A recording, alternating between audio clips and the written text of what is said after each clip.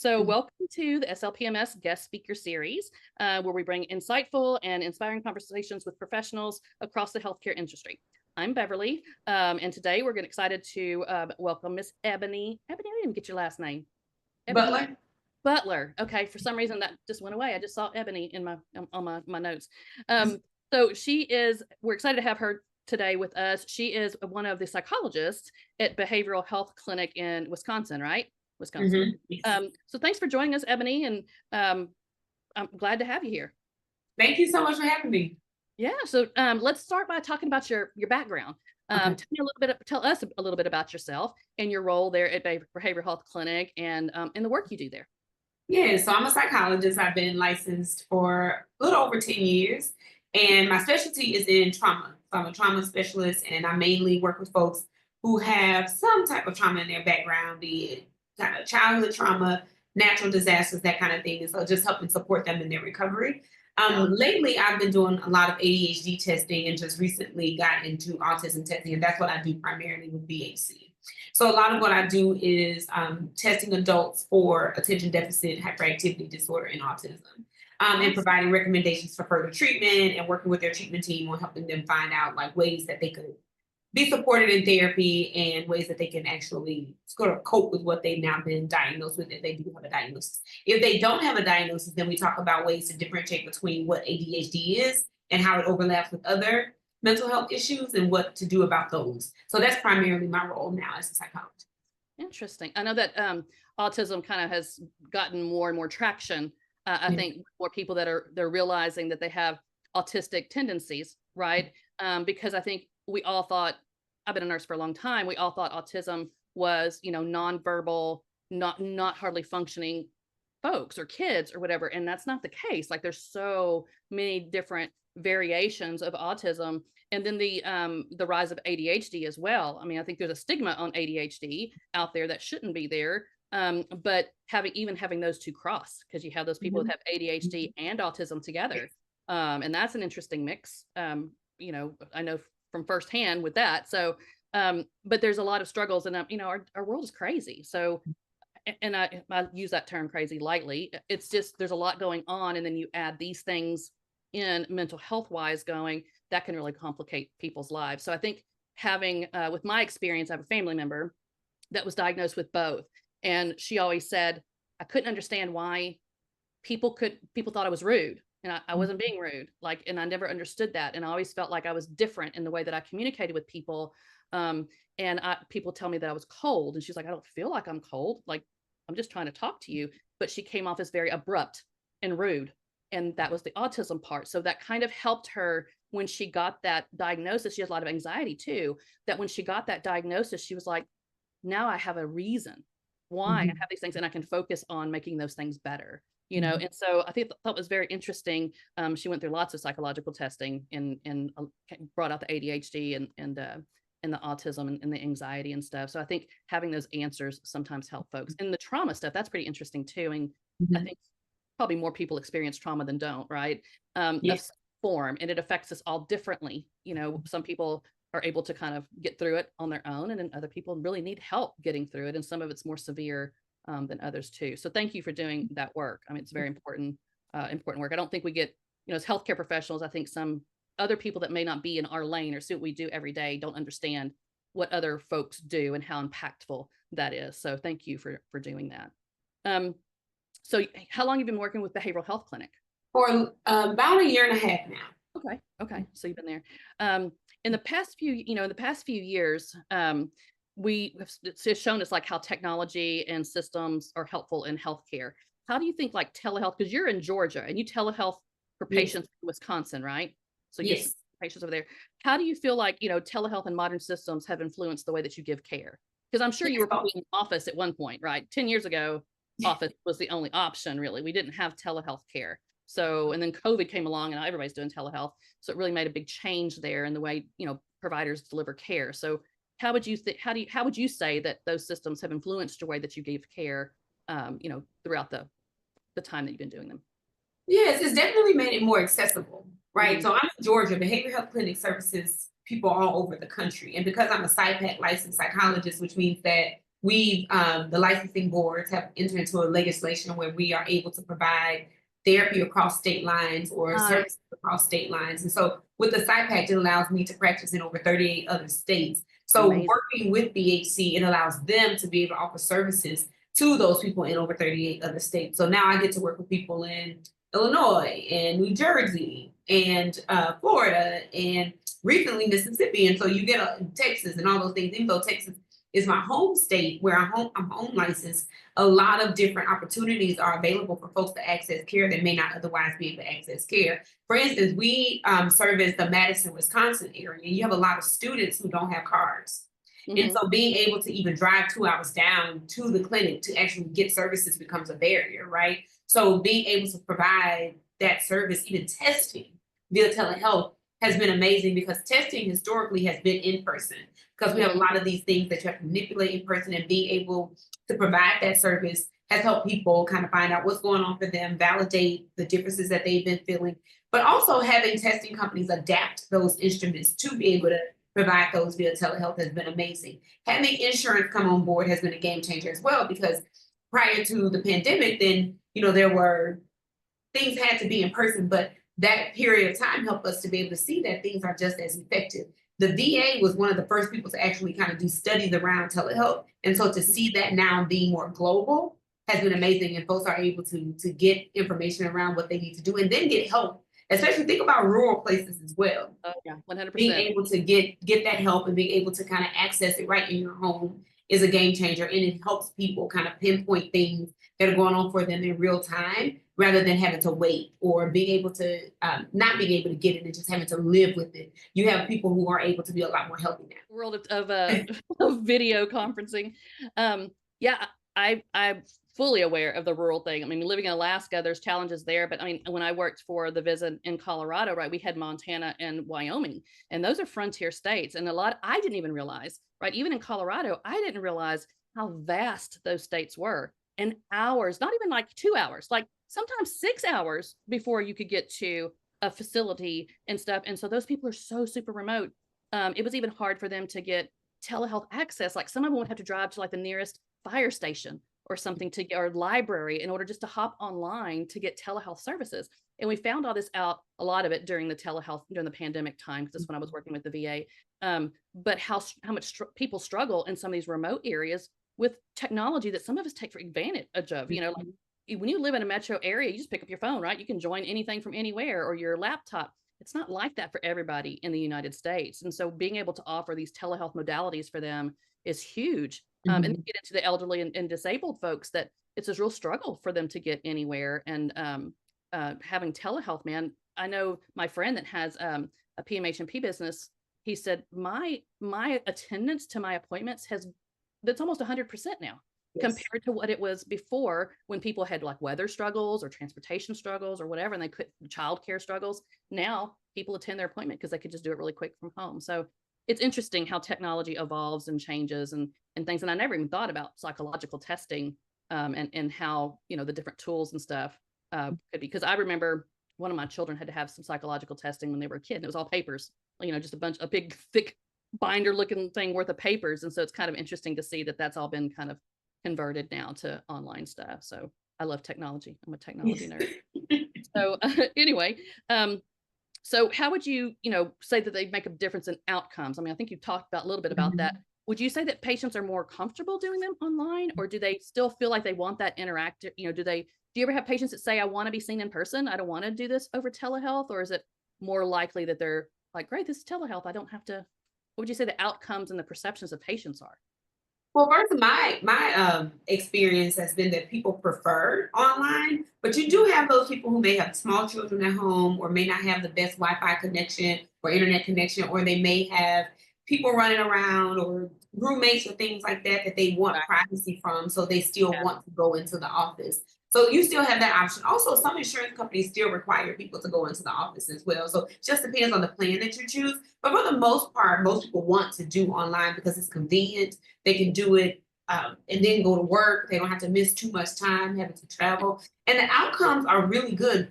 There's no difference. The research shows there's no difference in people going in person versus people seen online unless there's an attention issue. Because remember, we are testing people. My job is to test people who report attention issues. So sometimes they're better able to attend in person than at home and kind of get used to, they get distracted. But the outcomes as far as treatment progression, I think you can pros, but treatment progression is really good, really high. Treatment at what I want to call it, what I'm losing the words recidivism or kind of retention. That's what I want to use, retention. People are coming back to appointments. Now, when I worked at at a clinic setting, no-show rates were high. But for telehealth, I rarely get no-show because people can log in, people can access it right there. They can access it on their phone for their intake appointments. So it helps people stay more consistent and on top of their appointments as well. Follow-up appointments and the technology around sending links to remind them, giving them several email reminders because they tend to forget as well, has been super helpful. So as far as no-shows, if somebody no-shows, it's because they either mixed up the days or they are trying to log on, but they are not trying to purposely miss. Rarely do I get any no-shows. Yeah, I think that's true too. I think with the in office, so I have a little bit of anxiety, and sometimes with college even, I had trouble walking in. So if I was running late to class, I wasn't fixing to walk into that class and open that door and have everybody turn and look at me. I'll skip class. So you have that anxiety producing thing too, right? To have to go to an office that you never have been to before, talk to a provider that you've never talked to before, sit in a waiting room with all these people that you don't know. And then, you're feeling uncomfortable. So sometimes that can be a little overwhelming to people that do have some of these things, right? So I think that being able to connect from the privacy of your home, nobody else around, in a safe space, is amazing for patients. And it's really sad to me that some of these insurance companies are trying to pull some of that back, and we have Medicare trying to pull back telehealth coverage and stuff. And it's like, wow, man, these are the people that need it the most. The elderly and disabled, they need to be able to connect remotely. Like, why would you take that away from them? So it's just interesting how things change and then they try to pull back and everything. So there's lots of variables that go into place there.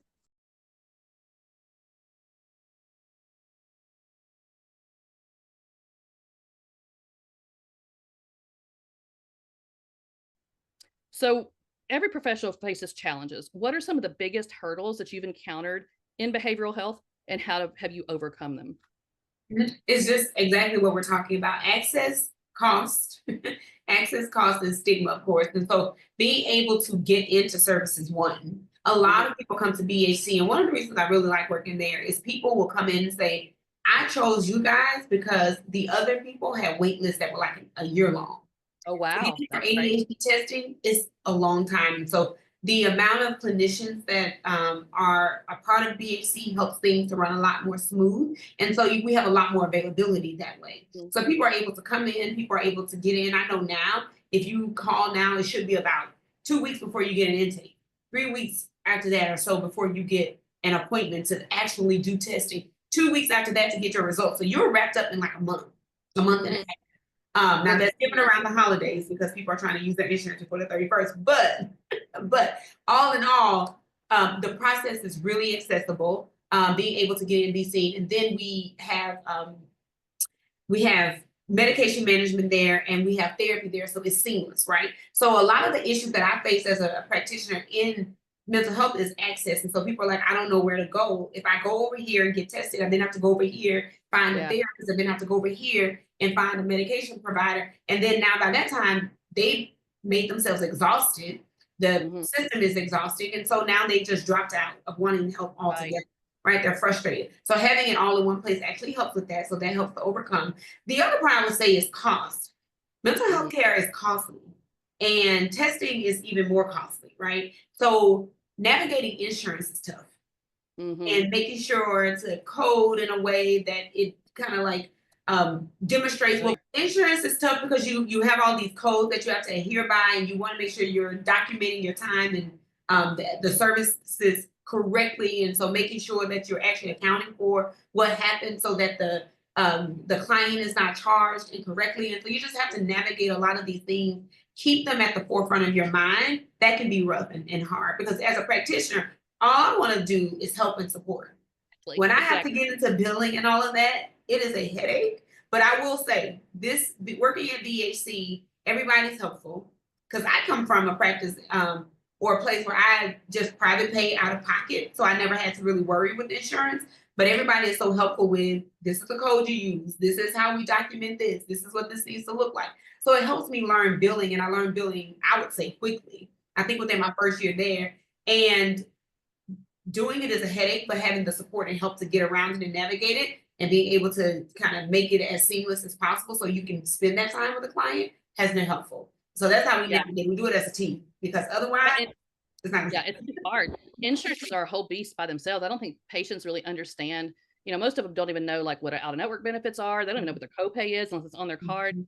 They don't understand the background too that goes into all of that. And I see that a lot with providers that come to for us to set up their practices. So they have no clue about the billing side. They may have coded charts before in their life, they may not have, but they don't understand all of the little hoops and stuff you got to jump through with insurance companies because they're all different, right? They all require something different. They also, all of them have their own challenges about even paying if they're going to pay. You bill, sometimes you don't get paid. But it's just because somebody has insurance doesn't make it easy for everybody. But I'm glad that they do pay for psychological testing because back way back when, probably, I don't know, 20 years ago when I took one of my kids in, it wasn't covered by insurance. So I had to pay out of pocket for that. And it was very expensive to do that. So I can only imagine what it would be like today. And that's usually something like psychological testing or groceries, so it's just gonna be put on the back burner, right? So I'm glad that insurance is paying for that and everything. So where do you see, let's start back. One challenge addressing is that we have to address is the growing demand for mental health services. The need is immense. Balancing that with limited resources, can be tough. So where do you see behavioral health fitting into the larger picture of healthcare today and even in the future? Where do you see a bigger need for it? Do you see it expanding? Where do you see that going? I definitely see it expanding. One, because of how accessible they've made things. Mm-hmm. I'm not okay. So we're talking about the client side. On the clinician side of things, once you come into BAC, there really is a seamless process in starting to see clients, starting to actually provide the services and get some of those people in faster. We go back to the client side, I can definitely see it expanding because it's a one-stop shop. And Yeah, this for sure. is essentially what it's turned into, from being able to test, go into medication management, go into therapy, go into now I saw them release something last week that said they're even teaching language around like how voice. So if you're a person who may be going through transitions, if you identify as trans and you want voice therapy, because there's a lot of confidence and self-esteem issues that come with that, there's a provider They there. offering that. There's a provider who helps with voice coaching, voice therapy that helps you kind of get more comfortable with your voice as you're transitioning. Yeah. Never heard of it. So one-stop shop, seriously. Yeah, and that's kind of like the vision that we had here at Silverleaf too, like one-stop shop. They can come here. Well, we don't do credentialing anymore, but we do all the other things, setting up the website, doing the marketing, the logo, the setting up the EHR, the phone systems, all that, because having to go to all those individual places and find the services or the help or whatever can be overwhelming too, to the point to where someone might say, it's too much. I'm not going to do it. Forget it. So being able to offer that in one place, I think will be huge moving forward into the future, having people that are more, clinic wise and one-stop shop focused like you guys are, and bringing on all the extra things, because behavioral health, encompasses a lot of stuff. And some people don't want to do med management. They want to do, the more holistic ways, and even bringing, yoga and meditation and those type of having those offerings to people, I think would also, help a lot too. More natural, naturopathic type of things. That's my view for the future. I think that people will try to move away from medications and try to do more natural type of stuff. And there's nothing wrong with either one, right? But some people just prefer one or the other. Let's see. So beyond the clinic, healthcare is constant. The landscape's constantly changing. And I think we kind of touched this a little bit. Like, how do you see your role as part of a bigger system? Do you think you'll ever go? Is there any more schooling that you could do to like get more knowledge? Is there more like, I guess, specialty type of thing that you could do to, reach a bigger population? Or how do you see yourself fitting into even a bigger system if BHC got bigger, or just overall healthcare as a whole got bigger?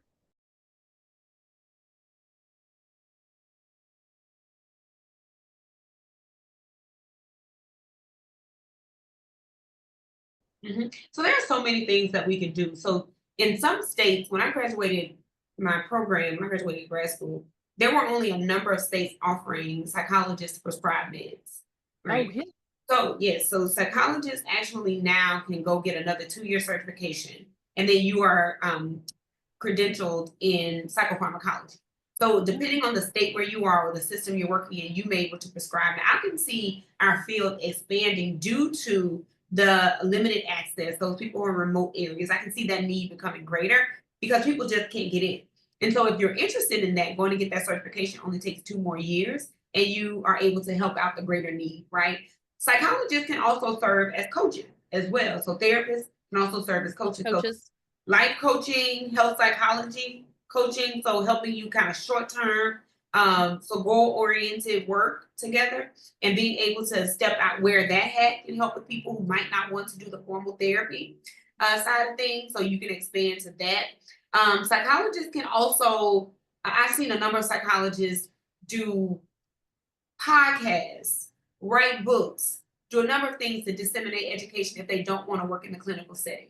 So there was even for BHC, I wrote a blog for them once. And so there are so many ways that you can get your knowledge out to help the people that I think I can see way more people because burnout is real. I can see a lot more people gravitating towards those ways that they can disseminate information that may not require one-on-one care. And as our field grows, we have to meet the demand of where people are, right? People are wanting more information. They're getting that information online. They're getting their information from several media outlets. So psychologists and therapists have to show up in those spaces to be able to provide that information. So people are becoming content creators, influencers, that kind of thing. So you just have a wide range of things that you can do now. That Yeah. some require license, some don't. Yeah, I've seen the content creators and the influencers have really gotten out there, and they're making good money doing that. But it's interesting, I'll even tell providers sometimes when they're marketing their own practice, right? Just talk to people just like they're another person because we live in this video-oriented society, right? That they want to see, they don't want to see a picture of you online. They want to see a video. They want to hear you talking. And even as simple as just telling people to get outside on a sunny day because it's great for your mental health and it boosts your vitamin C and just doing that little bit of education or how to Mhm. square breathe if you're feeling anxious. Just those little things that you can put out there that can help masses of people deal with things that they're dealing with on the day to day. And then also having just kind of that. It's a weird phenomenon, right? Like when we follow people on social media, like your TikTok followers or whatever, you follow these people and you feel like you know them when you've never even met them, but you start Yes. to feel like you know them. And I've had people tell me when they come to my meetings and stuff, they're like, "Oh, I feel like I'm talking to a celebrity because I've seen all your videos." And I'm like, "Me? A celebrity? No, I'm not a celebrity." But they've seen me, so they feel like they know me, right? And that's just such a weird little dynamic. But it's amazing how many people will follow people like that and go, "Hey, go see Ebony. Mhm. She's in, Mhm. she sees patients in, Georgia or Wisconsin, whatever. Go see her because I'll follow her on TikTok and she's great." So you get patients like that. And that's just so weird to me because before, like, way back when, you would just know from word of mouth, or maybe you got online and looked at your insurance, and see who was in your area. But now we're getting a lot of referrals from social media outlets and things like that. And I just it's good for education, right? As long as you're getting the right education. But um, it's great for people to be able to kind of stalk around, and I say Mhm. stalking because people watch, right, a long time before they ever get help, or Right. even in my instance, before they come to me for services. I have people that tell me, "I've been watching your Facebook group," or "I've been watching this for a year." I'm like, really? Mhm. For a year? So I think Mhm. it's probably the same thing with healthcare. They just kind of see, fill things out and watch people and observe before they actually, make the change to do that. So yeah, so it's pretty cool. Let's see. Remote. So we talked a little bit about telehealth and remote monitoring and stuff like that. Do you guys do, when you're doing psychological testing, like, is it just a one-time test or is it a series of testing that they're having to do and come back in and have done? Do you test for everything or do you focus in on stuff? Like, how does the psychological, I've never been psychologically tested. Yeah.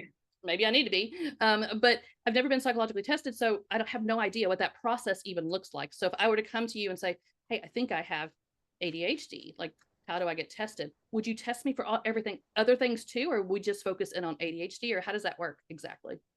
It's really like a puzzle. It's like a puzzle that you're trying to solve, right? So our typical ADHD testing is about 3 hours. So we do it in one fell swoop, right? So you spend the 3 hours doing the testing.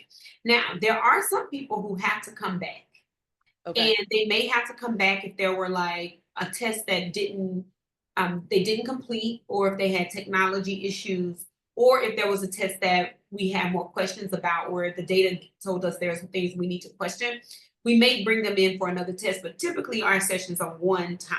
If you're doing ADHD plus autism testing, that's about 5 hours of Oh, testing, wow. because you have to do both of those, all of those instruments, and so it takes a little bit of time. We want to give people breaks and that kind of thing. Now, we don't test for everything because we don't have everything.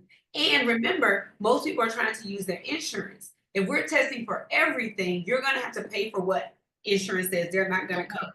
Insurance has to say this is medically necessary, Gotcha. right? So if you're coming to me and you're saying I've experienced executive functioning issues, I have issues with memory, concentration, attention, and I also have difficulty sleeping, or I feel on edge, those kinds of things. My little ears are perking up to what all those things could be. So we're going to rule out some things. And so that's the process of ruling out.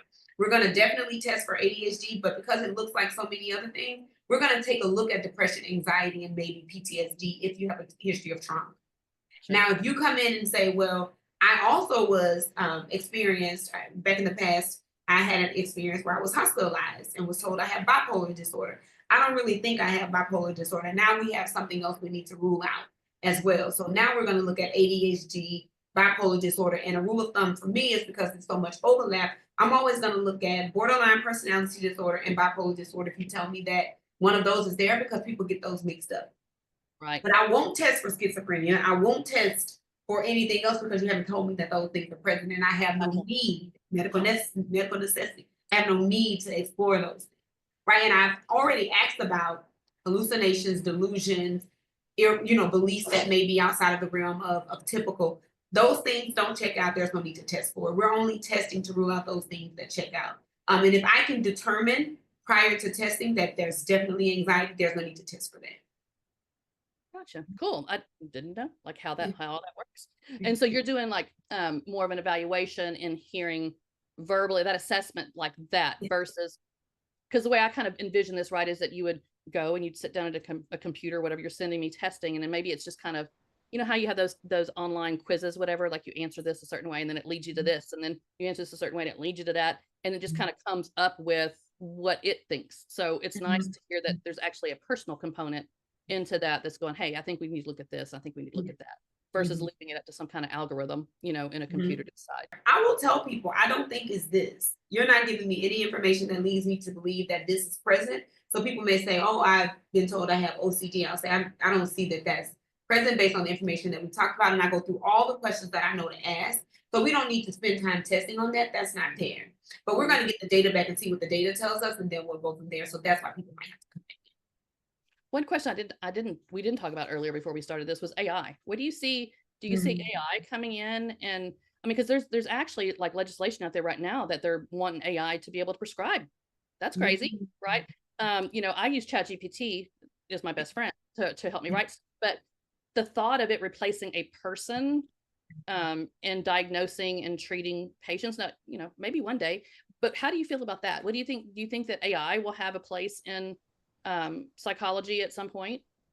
I think it has a place to support. I don't think it has a place to replace. It is to support, not kind of supplement or replace. You need that ability as a human to be able to differentiate. It's called differential diagnosis for a reason, because it could be this, it could be this.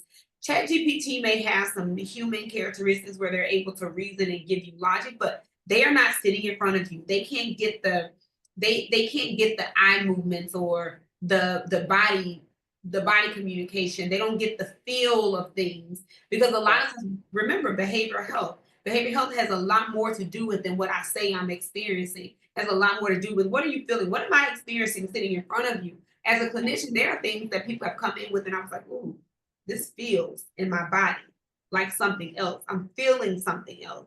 And so to be able to check in with that, AI cannot do. So I think that if we allow AI to be the go-to and get rid of humans, I think we're going to run into a lot of almost like logistical diagnosis, like if X then Y, or if A plus B then C. So you're going to run into a lot of logic rather than, I think, clinical judgment. You need that judgment piece. So I definitely think it has a place to support summarize notes, give some insight into blogging, that kind of thing. But to leave it alone by itself, I think that's dangerous.